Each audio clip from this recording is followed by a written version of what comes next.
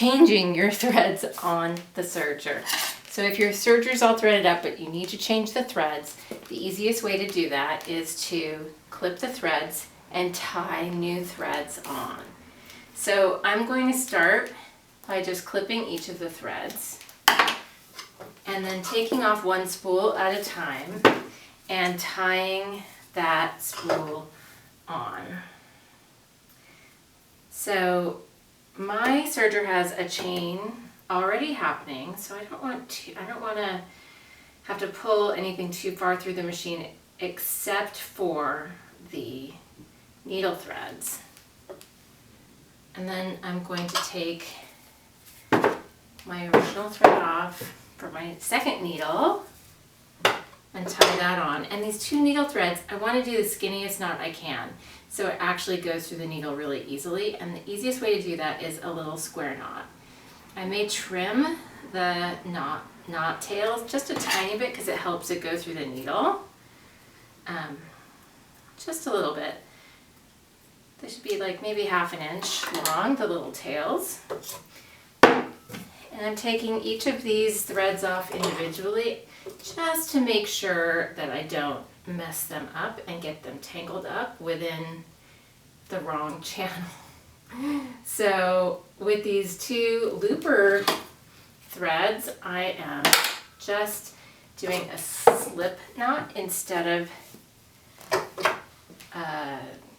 a square knot, and that I do by just making a loop and pushing my threads back through it. Okay, so I have a handy set of tweezers near me because if my threads break, I'm still going to have to thread the needle or thread the machine. But what I'm going to do is I'll open up the front pocket here just so I can see everything that's going on. And I'll start with my left needle. And then once I've got it down here, so the thread's right here, what I'm going to do is I'm going to find that thread from behind and then gently pull that thread through the needle. Then I'll do the right needle. And it's much easier to do these separately. Oh, but we lost our thread. So I'm going to have to actually, like, the knot must have broken. So I'll actually have to just take this thread and get it threaded through the needle manually, which happens. Or now that I have it threaded right here,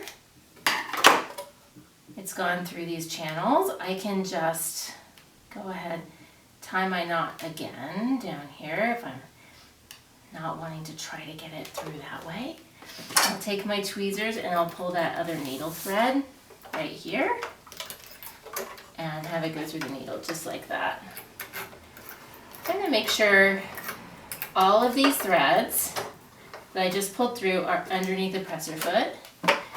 And then I'm going to just step on the foot pedal. And before you know it,